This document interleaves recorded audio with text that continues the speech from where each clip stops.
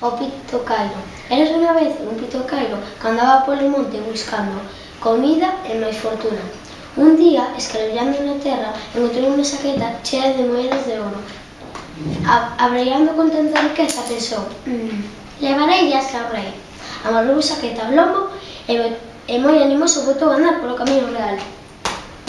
Ao pouco, encontrou un río que se lle cruzaba por diante e berrou: aparta, río, que quero pasar. Pero o río seguía correndo como se nada. Entón bebeu o río inteiro e seguiu andando.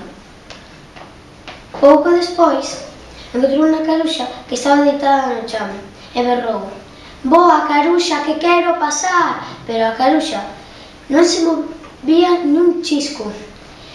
Entón, comeu unha dun bocado e seguiu andando.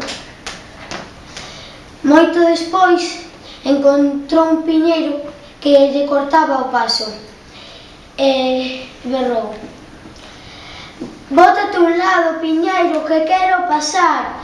Pero o piñeiro seguía atracando o paso como se nada. Entón, engulino inteiro e seguiu andando. Pouco despois, encontrou unha raposa que estaba deitada no chan e berrou: quita do medio, raposa, que quero pasar. Pero a raposa púxose tan tesa como un pau. Entón, o Pito Cairo zampouna e seguiu andando. Por fin, chegou ao Palacio Real, coa saqueta chea e o bandullo aínda máis. Fixo unha reverencia, chamou pola súa majestade e pasou. Mirando para o Pito Cairo con moita peina, díxolle: mira que non aproveitaro por un bo xantar. Entón, invitouno.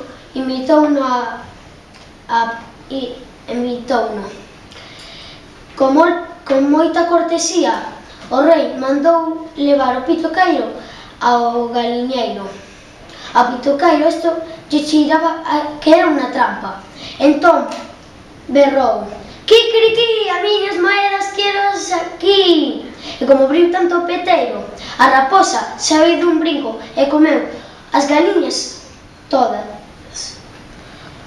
O rei, botando chispas, mandou ao Pito Cairo á cociña e kikiriki, as miñas moedas quero aquí. Volveu a berrar o Pito Cairo. Entón, o piñeiro saíu e rompiu os pratos en 1000 pedazos.